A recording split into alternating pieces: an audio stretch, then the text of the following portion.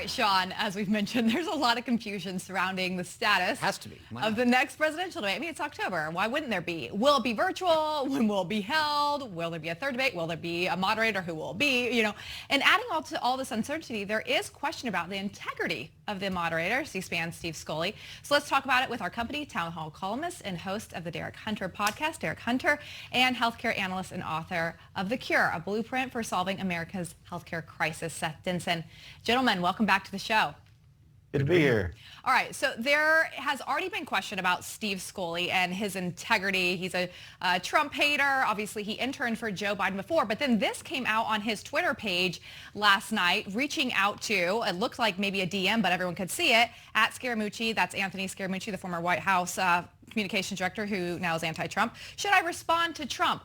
A lot of people went crazy all over Twitter. Even the president tweeted about this, saying Steve Scully, the second debate moderator, is a never-Trumper, just like the son of the great Mike Wallace fix, referring to Chris Wallace there.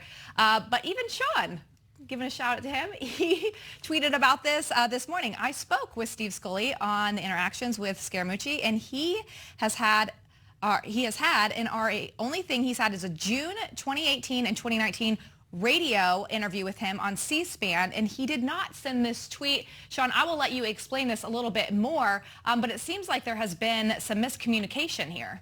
Look, I've known Steve a long time. He says he didn't send the tweet. He was hacked. I believe him.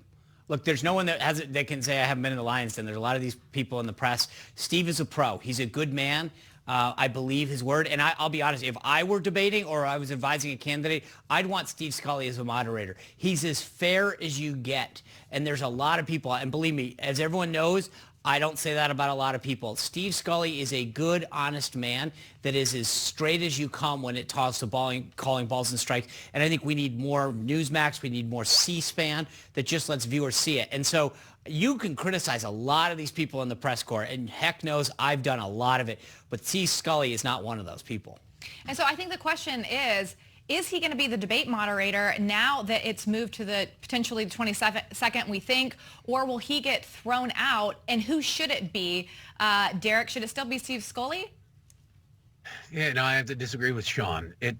It's the appearance. It's about the appearance of bias as much as it is. Now, I think having Scully do it could benefit Donald Trump in that the world knowing who Steve Scully is now.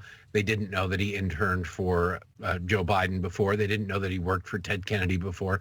That might cause him to overcompensate maybe a little bit and go after Joe Biden in questions that he hasn't otherwise asked. But for the sake of appearance of bias, I don't think he can do it. I don't know that there'll be another debate. I think there should be 2 more debates, but I just don't know how he can do it, no matter how honest and how many people vouch for him.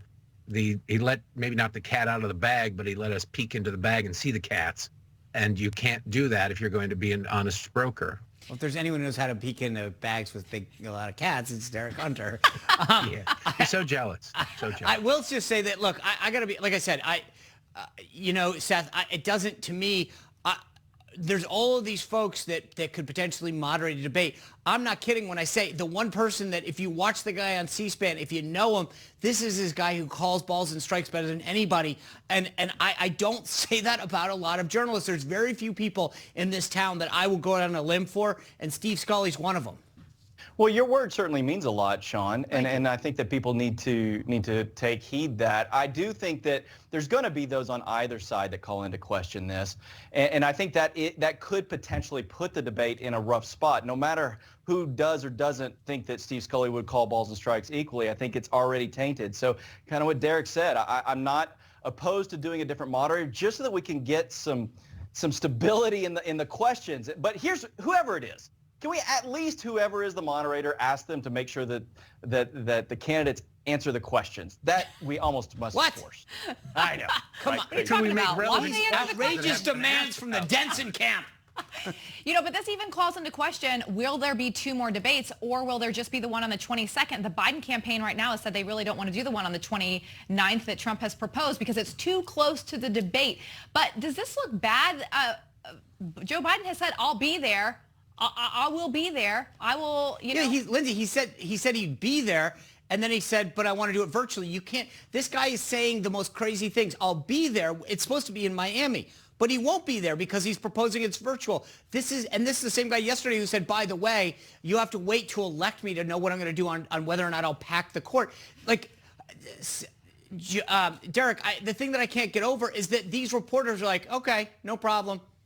There is no pushback.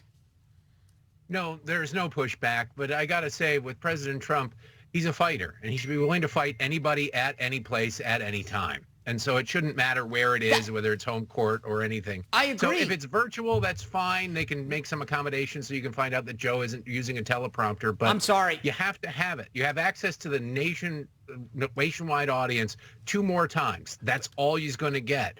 Take it. Take every chance you can. All right, this is my chance to disagree with you. Seth Denson, virtual Zoom debates don't count. They should be there. Hermetically seal the room, put a wall between, more plexiglass, I don't care. But we need to see them standing there without a teleprompter. Yeah, I certainly think that they need to be in the same room. I mean, the vice president and Senator Harris found a way to do it, and apparently it was safe enough for them. Why couldn't it be safe enough for Joe Biden and President Trump? I think there's a way to do it. That being said, there's some, we've all had to learn to live in a Zoom world. But that being said, I think it needs to be in person. They need to find, even if you delay it a couple days. I agree. Okay. All right. Well, we all disagreed in different ways about different things, but that's why it makes it fun. All right, Especially on a guys. Friday. Stick around.